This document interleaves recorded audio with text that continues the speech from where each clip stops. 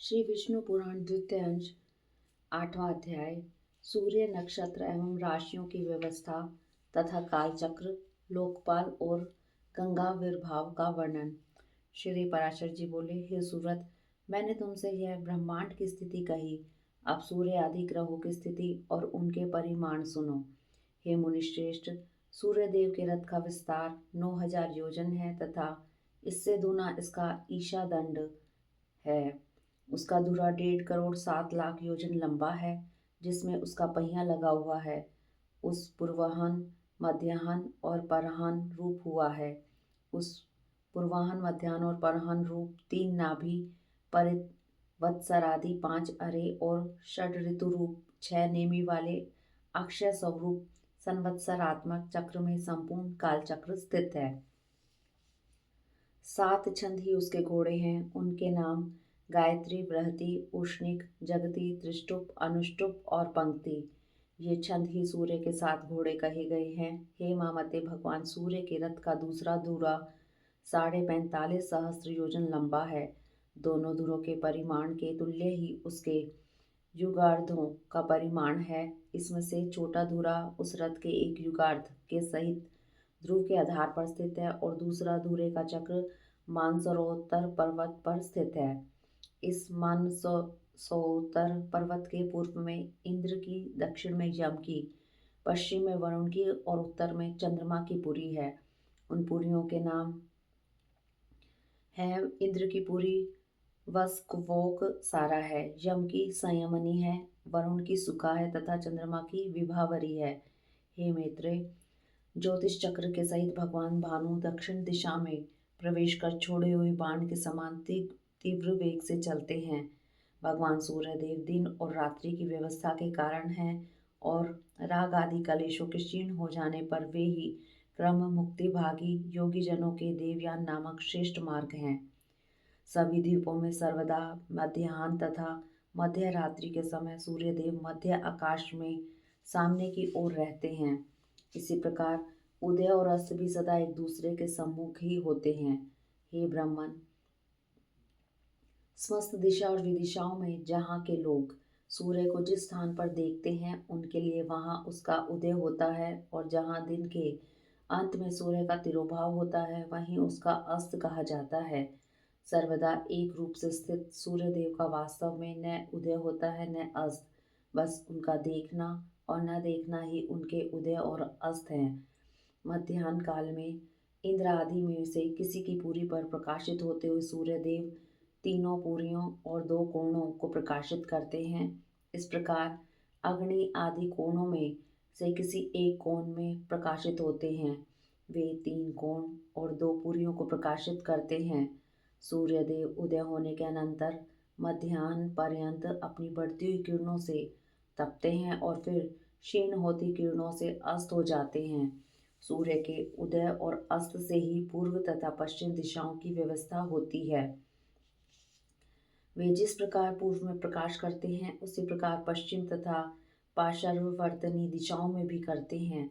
सूर्यदेव देव पर्वत सुमेरु के ऊपर स्थित ब्रह्मा जी की सभा के अतिरिक्त और सभी स्थानों को प्रकाशित करते हैं। उनकी जो किरणें ब्रह्मा जी की सभा में जाती हैं वे उसके तेज से निरस्त होकर उल्टी लौट आती हैं। सुमेरु पर्वत समस्त द्वीप तथा वर्षों के उत्तर में है, इसलिए उत्तर दिशा में मेरु पर्वत पर सदा एक और दिन और दूसरी ओर रात रहती है। रात्रि के समय सूर्य के अस्त हो जाने पर उसका तेज अग्नि में प्रवेश हो जाता है, इसलिए उस समय अग्नि दूर ही से प्रकाशित होने लगता है। इस प्रकार हे द्विज, दिन के समय अग्नि का तेज सूर्य में प्रविष्ट हो जाता है, अतः अग्नि के संयोग से ही सूर्य अत्यंत प्रखरता से प्रकाशित होता है। इस प्रकार सूर्य और अग्नि के प्रकाश तथा उष्णता में तेज परस्पर मिलकर दिन रात में पृथ्वी को प्राप्त होते रहते हैं। मेरु के दक्षिणी और उत्तरी भूमध्य में सूर्य के प्रकाशित होते समय अंधकारमयी रात्रि और प्रकाशमय दिन क्रमशः जल में प्रवेश कर जाते हैं। दिन के समय रात्रि के प्रवेश करने से ही जल कुछ ताम्रवर्ण दिखाई देता है, किंतु सूर्य अस्त हो जाने पर उसमें दिन का प्रवेश हो जाता है, इसलिए दिन के प्रवेश के कारण ही रात्रि के समय वह शुक्ल वर्ण हो जाता है। इस प्रकार जब सूर्य पुष्कर द्वीप के मध्य में पहुंचकर पृथ्वी का 30वां भाग पार कर लेता है तो उसकी यह गति एक मुहूर्त की होती है, अर्थात उतने भाग के अतिक्रमण करने में उसे जितना समय लगता है वही मुहूर्त कहलाता है। हे द्विज, कुलाल चक्र कुम्हार के चाक के सिरे पर घूमते हुए जीव के समान भ्रमण करता हुआ यह सूर्य पृथ्वी के 30 भागों का अतिक्रमण करने पर एक रात्रि करता है। हे द्विज, उत्तरायण के आरंभ में सूर्य सबसे पहले मकर राशि में आता है, उसके पश्चात वह कुंभ और मीन राशियों में से एक राशि से दूसरी राशि में जाता है। इन तीनों राशियों को भोग चुकने पर सूर्य रात्रि और दिन को समान करता हुआ वैश्यवती गति का अवलंबन करता है, अर्थात वह भूमध्य रेखा के बीच में ही चलता है। उसके अनंतर नित्य प्रति रात्रि क्षीण होने लगती है और दिन बढ़ने लगता है। फिर मेष तथा वृष राशि का अतिक्रमण कर मिथुन राशि से निकलकर उत्तरायण की अंतिम सीमा पर उपस्थित हो वह कर्क राशि में पहुंचकर दक्षिणायन आरंभ करता है। जिस प्रकार कुलाल चक्र के सिरे पर स्थित जीव अति शीघ्रता से घूमता है, उसी प्रकार सूर्य भी दक्षिणायन को पार करने में अति शीघ्रता से चलता है। अतः वह अतिशीघ्रता पूर्वक वायु वेग से चलते हुए अपने उत्कृष्ट मार्ग को थोड़े समय में ही पार कर लेता है। हे द्विज, दक्षिणायन में दिन के समय शीघ्रता पूर्वक चलने से उस समय के 13.5 नक्षत्रों को सूर्य 12 मुहूर्तों में पार कर लेता है, किंतु रात्रि के समय उतने ही नक्षत्रों को 18 मुहूर्तों में पार करता है।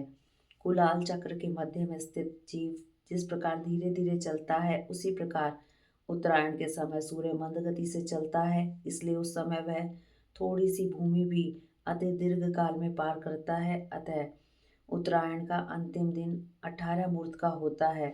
उस दिन भी सूर्य अति मंद गति से चलता है और ज्योतिष चक्र आर्ध के 13.5 नक्षत्रों को एक दिन में पार करता है, किंतु रात्रि के समय वह उतने ही नक्षत्रों को 12 मुहूर्तों में ही पार कर लेता है।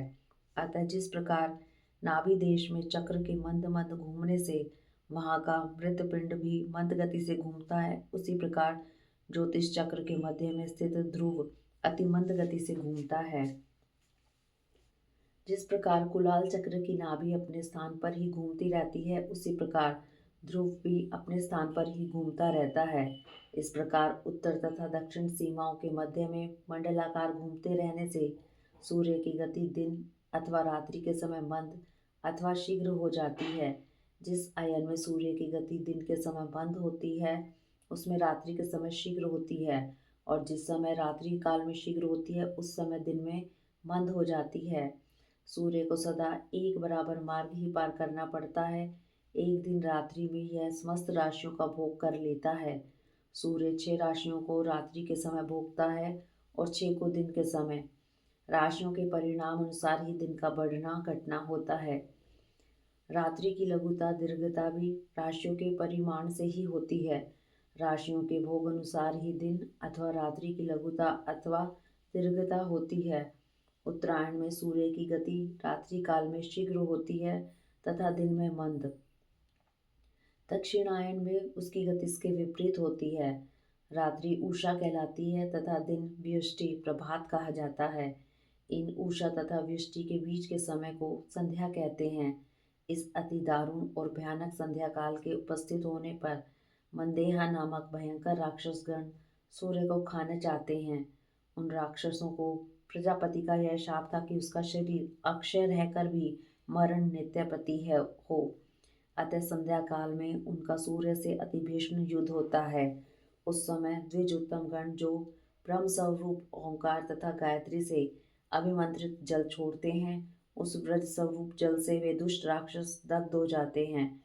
अग्निहोत्र में जो सूर्य ज्योति ही इत्यादि मंत्र से प्रथम आहुति दी जाती है, उससे सहस्त्रांशु दिननाथ दीप्यमान हो जाते हैं। ओंकार विश्व तेजस और प्रागरूप 3 धामों से युक्त भगवान विष्णु हैं तथा संपूर्ण वाणियों के अधिपति हैं। उसके उच्चारण मात्र से ही वे राक्षसगण नष्ट हो जाते हैं। सूर्य विष्णु भगवान का अतिश्रेष्ठ अंश और विकार रहित अंतर ज्योति स्वरूप है। ओंकार उसका वाचक है और वह उसे उन राक्षसों के वध में अत्यंत प्रेरित करने वाला है। उस ओंकार की प्रेरणा से अति प्रदीप्त होकर वह ज्योति मंदेहा नामक संपूर्ण पापी राक्षसों को दग्ध कर देती है। इसलिए संध्या उपासना कर्म का उल्लंघन कभी नहीं करना चाहिए। जो पुरुष संध्या उपासना नहीं करता वह भगवान सूर्य का घात करता है। तदंतर उन राक्षसों का वध करने के पश्चात भगवान सूर्य संसार के पालन में प्रवृत्त हो बालिक खिल्या आदि ब्राह्मणों से सुरक्षित होकर गमन करते हैं। 15 निमेष की एक काष्ठा होती है और 30 काष्ठा की एक कला गिनी जाती है। 30 कलाओं का एक मुहूर्त होता है और 30 मुहूर्तों के संपूर्ण रात्रि दिन होते हैं। दिनों का हास अथवा वृद्धि क्रमशः प्रातःकाल मध्याह्न काल आदि दिवांशों के हास वृद्धि के कारण होते हैं, किंतु दिनों के घटते बढ़ते रहने पर ही संध्या सर्वदा समान भाव से एक मुहूर्त की ही होती है। उदय से लेकर सूर्य की 3 मुहूर्त की गति के काल को प्रातःकाल कहते हैं। यह संपूर्ण दिन का 5वां भाग होता है। इस प्रातःकाल के अनंतर 3 मुहूर्त का समय संगव कहलाता है। उस संगव काल के पश्चात ही 3 मुहूर्त का मध्याह्न होता है।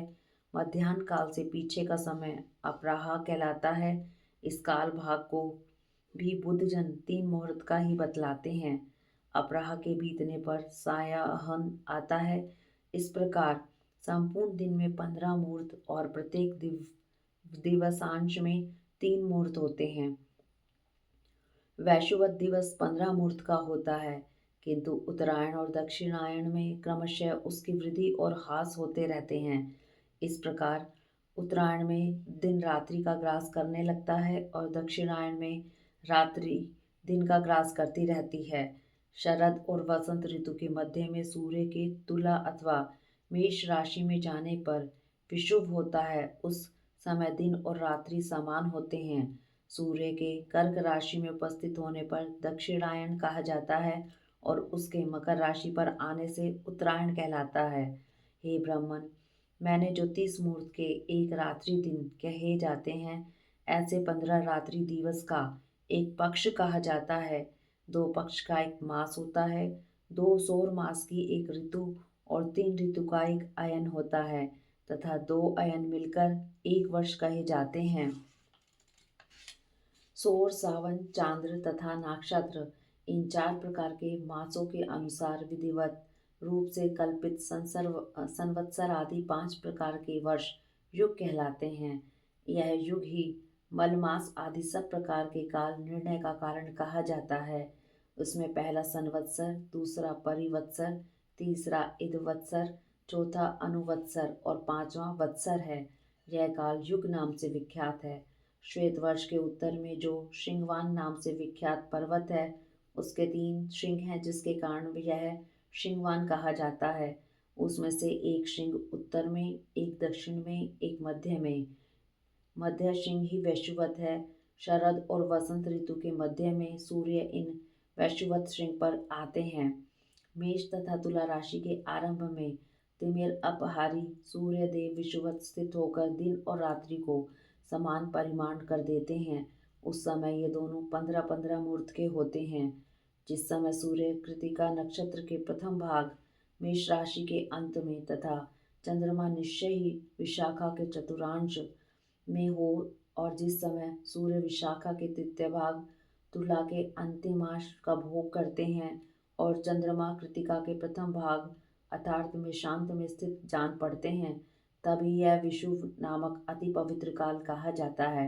उस समय देवता, ब्राह्मण और पितृगण के उद्देश्य से संयचित होकर दान आदि देने चाहिए। यह समय दान ग्रहण के लिए मानव देवताओं के खुले हुए मुख के समान है। अतः विषुव काल में दान करने वाला मनुष्य कृतकृत्य हो जाता है। यज्ञ आदि के काल निर्णायक के दिन रात्रि, पक्ष, कला, काष्ठा और क्षण आदि का विषय भली प्रकार जानना चाहिए। राका और अनुमति 2 प्रकार की पूर्णमासी तथा सीने वाली और कुहू 2 प्रकार की अमावस्या होती है। माघ, फागुन, चैत्र, बैसाख, ज्येष्ठ और आषाढ़ ये 6 मास उत्तरायण होते हैं और श्रावण, भाद्र, अश्विन, कार्तिक तथा अगहन, पोष ये 6 दक्षिणायन कहलाते हैं। मैंने तुमसे पहले जिन लोक आलोक पर्वत का वर्णन किया, उसी पर 4 व्रतशील लोकपाल निवास करते हैं। हे द्विज, सुधामा, कदर्म के पुत्र शंखपाद और हिरण्यरोमा तथा केतुमान, ये चारों निर्द्वंद, निरअभिमान, निरालस्य और निष्परिग्रह लोकपालगण लोक आलोक पर्वत की चारों दिशाओं में स्थित हैं, जो अगस्त्य के उत्तर तथा अजविथि के दक्षिण में वैश्वानर मार्ग से बिन मार्ग है, वही पितृयान पथ है। उस पितृयान मार्ग में महात्मा मुनिजन रहते हैं, जो लोग अग्निहोत्री होकर प्राणियों की उत्पत्ति के आरंभ ब्रह्म की स्तुति करते हैं, यज्ञानुष्ठान के लिए उदत को कर्म का आरंभ करते हैं, वह पितृयान उनका दक्षिण मार्ग है। वे युग युगांतर में विच्छिन्न हुए वैदिक धर्म की सनातन तपस्या, वर्ण आश्रम मर्यादा और विविध शास्त्रों के द्वारा पुनः स्थापना करते हैं। पूर्वतन धर्म प्रवर्तक ही अपनी उत्तरकालीन संतान के यहाँ उत्पन्न होते हैं और फिर उत्तरकालीन धर्म प्रचारकगण अपने यहाँ संतान रूप से उत्पन्न हुए अपने पितृगण के कुलों में जन्म लेते हैं। इस प्रकार वे व्रतशील महर्षिगण चंद्रमा और तारागण की स्थिति पर्यंत सूर्य के दक्षिण मार्ग में पुनः पुनः आते जाते रहते हैं। नागविधि के उत्तर और सप्तऋषियों के दक्षिण में जो सूर्य का उत्तरीय मार्ग है, उसे देवयान मार्ग कहते हैं। उससे जो प्रसिद्ध निर्मल स्वभाव और जितेंद्रिय ब्रह्मचारीगण निवास करते हैं, वे संतान की इच्छा नहीं करते, अतः उन्होंने मृत्यु को जीत लिया है। सूर्य के उत्तर मार्ग में 80,000 उदर व्रेता मुनिगण प्रलय काल पर्यंत निवास करते हैं। उन्होंने लोभ के असंयोग, मैथुन के त्याग, इच्छा और देश की अप्रवृत्ति, कर्मानुष्ठान के त्याग, काम वासना के असंयोग और शब्द आदि विषयों के दोष दर्शन इत्यादि कारणों से शुद्ध चित होकर अमरता प्राप्त कर ली है। भूतों के प्रलय पर्यंत स्थिर रहने को ही अमरता कहते हैं। त्रिलोकी की स्थिति के इस काल को ही अपुनर्मार पुनर्मृत्यु रहित कहा जाता है। हे द्विज, ब्रह्म हत्या और अश्वमेध यज्ञ से जो पाप और पुण्य होते हैं, उसका फल प्रलय पर्यंत कहा गया है। जितने प्रदेश में ध्रुव स्थित है, पृथ्वी से लेकर उस प्रदेश पर्यंत संपूर्ण देश प्रलय काल में नष्ट हो जाता है। सप्तऋषियों से उत्तर दिशा में ऊपर की ओर जहाँ ध्रुव स्थित है, वह अति तेजोमय स्थान है। आकाश में विष्णु भगवान का तीसरा दिव्य धाम है। पुण्य पाप के क्षीण हो जाने पर दोष पंक शून्य संयतात्मा मुनिजनों का यही परम स्थान है। पाप पुण्य के निवृत्त हो जाने तथा देही प्राप्ति के संपूर्ण कारणों के नष्ट हो जाने पर प्राणीगण जिस स्थान पर जाकर फिर शोक नहीं करते, वही भगवान विष्णु का परम पद है। जहाँ भगवान की समान ऐश्वर्यता से प्राप्त हुए योग द्वारा सतेज होकर धर्म और ध्रुव आदि लोक साक्षीगण निवास करते हैं, वही भगवान विष्णु का परम पद है। हे मित्र, जिसमें यह भूत भविष्य और वर्तमान चराचर जगत ओतप्रोत हो रहा है, वही भगवान विष्णु का परम पद है। जो तल्लीन योगी जनों को आकाश मंडल में दीप्यमान सूर्य के समान सबके प्रकाश रूप से प्रतीत होता है, जिसका विवेक ज्ञान से ही प्रत्यक्ष होता है, वही भगवान विष्णु का परम पद है। हे द्विज, उस विष्णु पद में ही सबके आधारभूत परम तेजस्वी ध्रुव स्थित हैं तथा ध्रुव जी में समस्त नक्षत्र, नक्षत्रों में मेघ और मेघों में वृष्टि आश्रित है। उस वृष्टि से ही समस्त सृष्टि का पोषण और संपूर्ण देव मनुष्य आदि प्राणियों की पुष्टि होती है। तदंतर गो आदि प्राणियों से उत्पन्न दुग्ध और घृत आदि की आहुतियों से परितुष्ट अग्निदेव ही प्राणियों की स्थिति के लिए पुनः वृष्टि के कारण होते हैं। इस प्रकार विष्णु भगवान का यह निर्मल तृतीय लोक ध्रुव ही त्रिलोकी का आधारभूत और वृष्टि का आदि कारण है। इस विष्णु पद से ही देवांगनाओं के अंगराग से पांडुरवर्ण हुई सी सर्व पाप हारिणी श्री गंगा जी उत्पन्न हुई। विष्णु भगवान के वाम चरण कमल के अंगूठे के नख रूप स्रोत से निकली हुई उन गंगा जी को ध्रुव दिन रात अपने मस्तक पर धारण करते हैं।